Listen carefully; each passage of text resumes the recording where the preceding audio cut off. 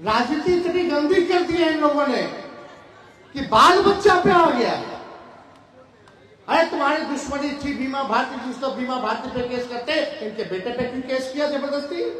नीतीश कुमार जी बिहार के मुख्यमंत्री हैं तो बीजेपी के बदौलत, और नरेंद्र मोदी जी प्रधानमंत्री हैं तो नीतीश जी की बदौलत। अब आप बताओ बिहार की जनता, हम लोगों ने देखा लोकसभा के चुनाव में, मेरे छपरा के चुनाव में एक अल्पसंख्यक लड़की को गोली मार दी गई, लेकिन प्रशासन को सुनने वाला नहीं। काहे गोली मारा? क्योंकि वोट दे रहा था लालटेन।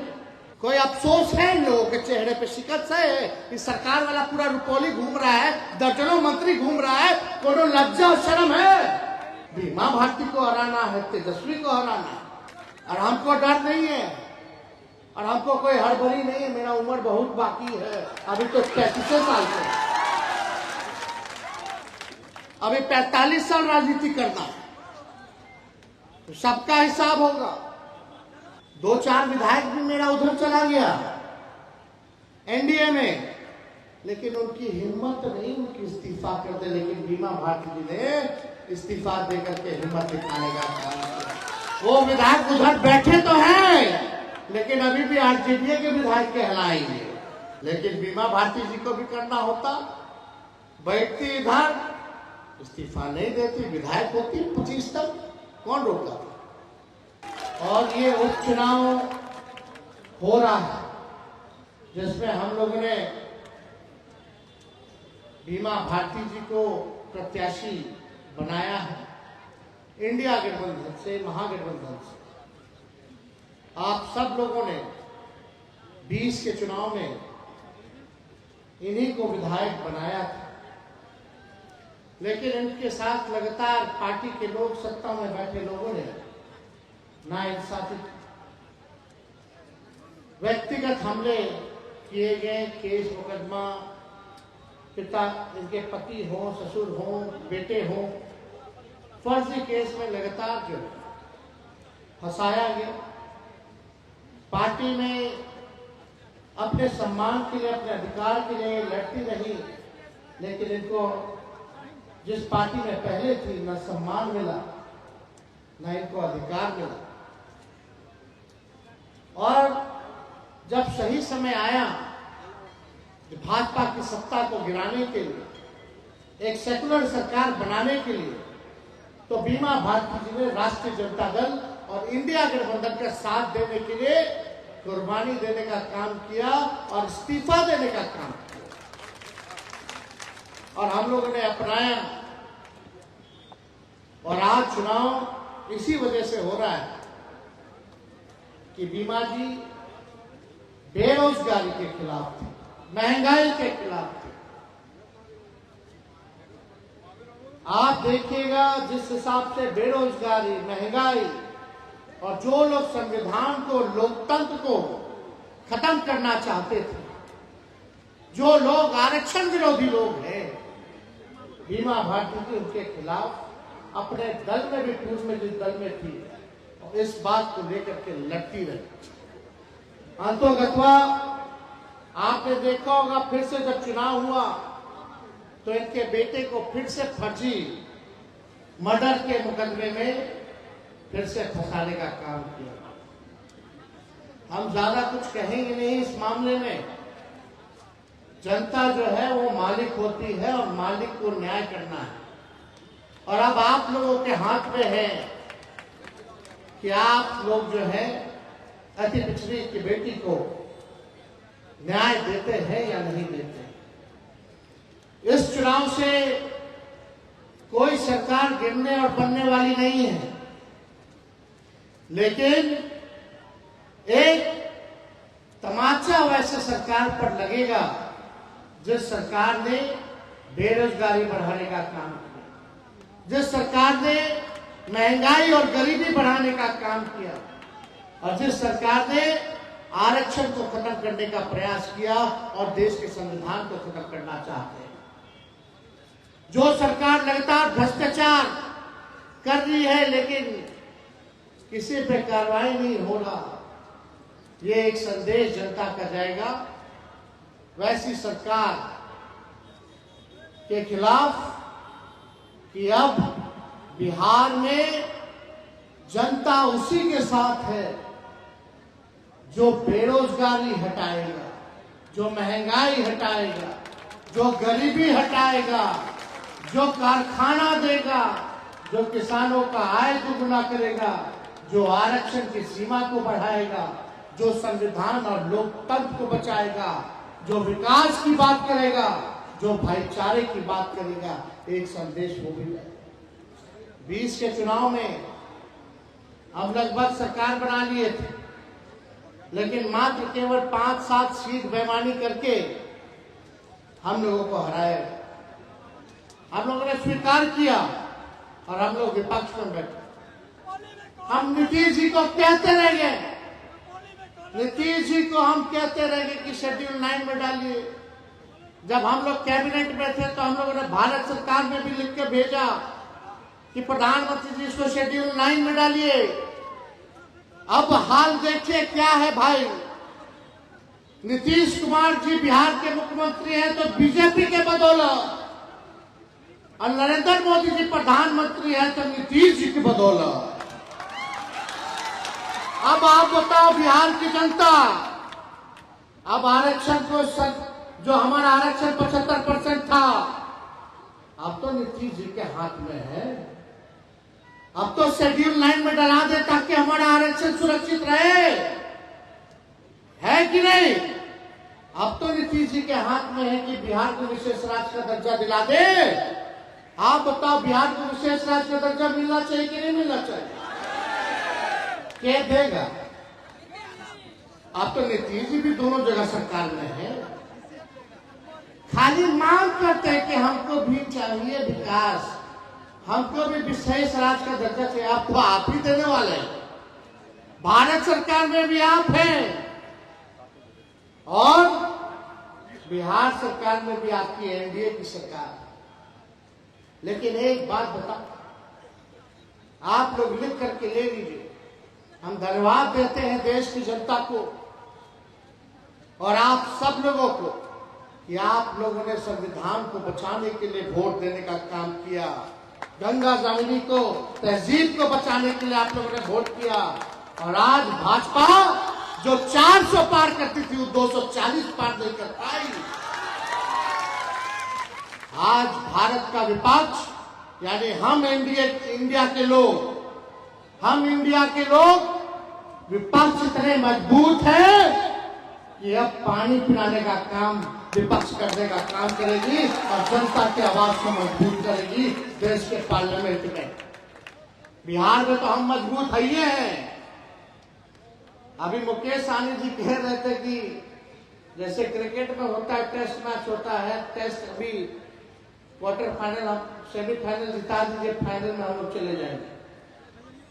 हम इनको कहना चाहते हैं, सभी लोगों को कहना चाहते हैं, जिस हिसाब से अभी इंडिया वर्ल्ड कप जीता है ना, अरे इंडिया वर्ल्ड कप जीता तो इस बार बिहार का भी इंडिया जो है बिहार कप जीतेगा। बिहार में अपनी सरकार अगली बार बनाने का काम करेगा, भाजपा को यहां से दूर हम लोग करने का काम करेंगे। अब हो गया और हम बता देते हैं, हमारे चाचा जी का तो गारंटी भाजपा के लोग भी नहीं ले सकते। मोदी जी चिल्लाते रहे कि भाई भाजपा का, मोदी का गारंटी बहुत मजबूत गारंटी है। अरे मोदी जी आप गारंटी ले ना लीजिए चाचा का कि पलटेंगे कि नहीं पलटेंगे, क्या होगा। ये जो केंद्र की सरकार जो बनी है ये 5 साल चलने वाला नहीं है, ये आप लिख कर ले लीजिए। फिर से हम इंडिया की सरकार बनाएंगे और हम लोगों का एकमात्र लक्ष्य, हमको कोई मुख्यमंत्री नहीं बनना। हम चाहते हैं कि बिहार में से बेरोजगारी हटे, हर एक नौजवान के हाथ में नौकरी हो, हर एक नौजवान के हाथ में काम हो, उसकी लड़ाई तेजस्वी लड़ने का काम करें। आप बताइए तेजस्वी के हटने के बाद कौन सा नौकरी मिला? कोई नांदी भी तो हम लोग खत्म ही कर देते, लेकिन इस बार पार्लियामेंट में लड़के खत्म कराया जाए। लेकिन बिहार में जब तेजस्वी था तो 3 महीना में नियुक्ति पत्र हाथ में मिल गया था। बेईमानी नहीं हुआ था परीक्षा में, ना पेपर लीक हुआ था। तेजस्वी के हटने के बाद शिक्षक वाला बहाली का पेपर लीक किया, उसके बाद नीट भी पेपर लीक कर दिया।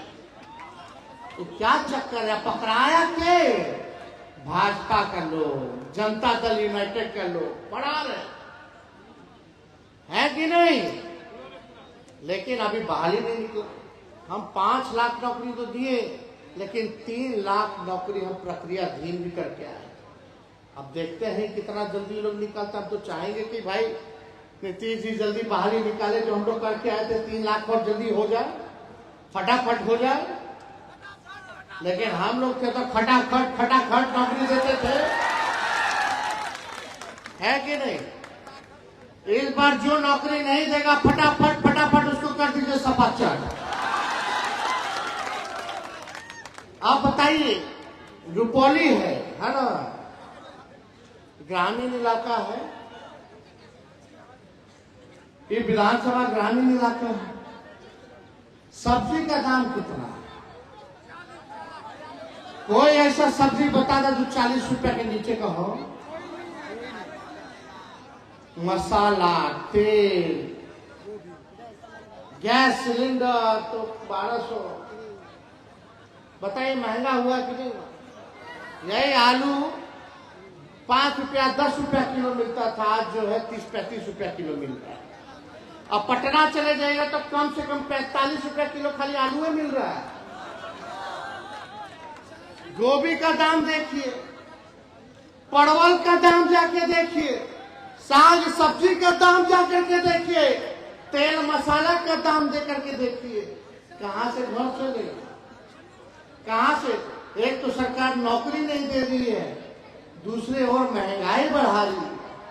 तो हम लोगों की लड़ाई आप लोगों के लिए, हमारी लड़ाई आप लोगों के लिए है। हमको महंगाई से लड़ना है, हमको बेरोजगारी से लड़ना है, तभी जाकर के गरीबी दूर होगी। आज बिहार की स्थिति देख लीजिए, क्या भ्रष्टाचार का खेल चल रहा है। 20 दिन में 13 का पुल गिर गया, 20 दिन में 13 का पुल गिर गया। 17 साल से जदयू के पास है ग्रामीण कार्य मंत्रालय, और गाली दे रहे हैं तेजस्वी को। हम तो बोले, चैलेंज किए, वो पुल जो गिरा है उसका स्वीकृति कब हुआ, उसका टेंडर कब हुआ, उसका शिलान्यास कब हुआ, उसका उद्घाटन कब हुआ? बता दे जरा नीतीश कुमार जी, दूध का दूध अब पानी का पानी हो जाएगा। और सब जगह काहे न पुलवा गिरता है, यहां बार बार गिर रहा है। कोई अफसोस है इन लोगों के चेहरे पे? शिकस्त है कि सरकार वाला पूरा रुपौली घूम रहा है, दर्जनों मंत्री घूम रहा है, कोनो लज्जा और शर्म है कि पुल गिर रहा है, गरीबी है, बेरोजगारी है? खाली नहीं, बीमा भारती को हराना है, तेजस्वी को हराना है। अरे हराना जीतना हमको हार जीत है, जो जनता जो तय करेगी हम सर माथे पे रखेंगे, लेकिन फिर भी मुद्दे के लिए लड़ेंगे। गरीबी और भ्रष्टाचार के खिलाफ लड़ेंगे, बेरोजगारी और महंगाई के खिलाफ लड़ेंगे, रुपौली के विकास के लिए लड़ेंगे। लेकिन यहाँ क्या हो रहा है? उनका हराओ, बोला जंगल राज। इससे बड़ा जंगल राज क्या होगा? अभी व्यापारी की हत्या हो गई, मारवाड़ी भाई की। पूरे बिहार में आपको पता है डेली कितना मर्डर लूट हो रहा है, बैंकों में लूट ले रहा है, रेप हो रहा है, मर्डर हो रहा है। हम अपने सोशल मीडिया में, आप लोग जाकर के देखिएगा, फेसबुक चलाते होंगे या ट्विटर चलाते हैं तो पूरा बुलेटिन जारी करते हैं कि कौन जिला में कितना दिन कितना अपराध हो रहा है, और उल्टा बेकसूर को फंसा दिया जा रहा है। राजनीति इतनी गंदी कर दी है इन लोगों ने कि बाल बच्चा पे आ गया। अरे तुम्हारी दुश्मनी थी बीमा भारती, जिस तो बीमा भारती पे केस करते, इनके बेटे पे क्यों केस किया जबरदस्ती? ये होना चाहिए, लोगों के साथ इंसाफ होना चाहिए। लेकिन क्या राजनीति गंदी हो गई, बदले के भाव में इस तरह का केस मुकदमा किया जाए। चुनाव में प्रशासन जो है सरकार को बचाने के लिए हर एक प्रयास कर रही है। वोट देने से रोका जाता है। हम लोगों ने देखा लोकसभा के चुनाव में, मेरे छपरा के चुनाव में एक अल्पसंख्यक लड़की को गोली मार दी गई, लेकिन प्रशासन कोई सुनने वाला नहीं। काहे गोली मारा? क्योंकि वोट दे रहा था लालटेन। यह स्थिति है, रोका जा रहा है। हम प्रशासन के लोग, अधिकारियों से भी अपील करते हैं कि समय बदलने में समय नहीं लगता है। जब समय बदलेगा तो सबका हिसाब होगा। और हमको डर नहीं है, और हमको कोई हड़बड़ी नहीं है। मेरा उम्र बहुत बाकी है, अभी तो 35 साल से, अभी 45 साल राजनीति करना है, तो सबका हिसाब होगा। अगर कोई अन्याय करेगा तो उसको समय आएगा तो उसको सजा जरूर मिलेगी, ये चिंता करने की जरूरत नहीं। लोग सोचते थे मोदी जी हारेंगे नहीं, आज बैसाखी पे हो गए, बाल बाल बच गए। 400 पार कर रहे थे। जितना कट्टरपंथ था सबका हालत बुरा हुआ पूरे विश्व में। ब्रिटिश में, यूके में, इंग्लैंड में कट्टरपंथ पार्टी, कंजर्वेटिव पार्टी हार गई, बुरी तरीके से हार गई। और वहां जो लेबर पार्टी थी वो 400 पार कर गई। फ्रांस में जो कट्टरपंथी पार्टी थी वो हार गई, और वहां कम्युनिस्ट और सोशलिस्ट पार्टी की सरकार बनी। और आप देखिएगा ये 5 साल भी मोदी जी चला नहीं पाएंगे। इस बार भी समाजवादियों की, गांधी के विचार की और कम्युनिस्ट की मिला जुला इंडिया की सरकार बनने का काम होगा। इसलिए आप सब लोग, अरे हम मोदी की सरकार बना ना दीजिए, हम राष्ट्रीय कर्मी का दर्जा दे देंगे। हम लोग जो वादा करते हैं उसको पूरा करने वाले लोग हैं। चाहे ममता हो, आशा हो, आंगनबाड़ी हो, सभी लोगों को, हम जीविका हो, सबको हम लोग राष्ट्रीय कर्मी का दर्जा देने का काम करें। अभी तालीमी मरकज हो, टोला सेवक हो, विकास मित्र हो। जब तेजस्वी 17 महीने था, मेरा मैनिफेस्टो देख लो 20 का, और 17 महीने में उनके आय को हम लोगों ने दुगना किया कि नहीं किया बता दो। हम लोगों ने किया। तो इसलिए देखिए ज्यादा समय नहीं है। आप सब लोगों से यही कहना चाहते हैं, आप लोग मालिक हैं। और आज बीमा भारती जी जो हमारी बहन है, बुरे परिस्थिति में और एक विचारधारा को मजबूत करने के लिए, कम्युनल फोर्सेस को हराने के लिए, सामाजिक न्याय और धर्मनिरपेक्षता के लिए लड़ाई लड़ी और त्याग किया। 2-4 विधायक भी मेरा उधर चला गया एनडीए में, लेकिन उनकी हिम्मत नहीं, उनकी इस्तीफा कर दे। लेकिन बीमा भारती जी ने इस्तीफा देकर के हिम्मत दिखाने का काम किया।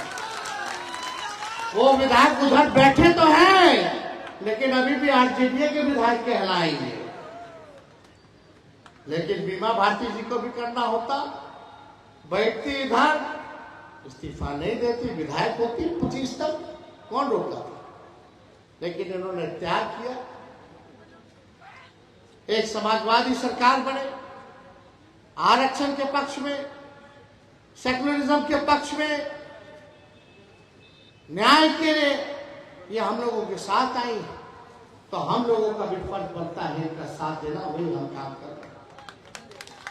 तो ज्यादा कुछ नहीं कह के आप सभी लोगों का हम धन्यवाद देते हैं और अपील करते हैं।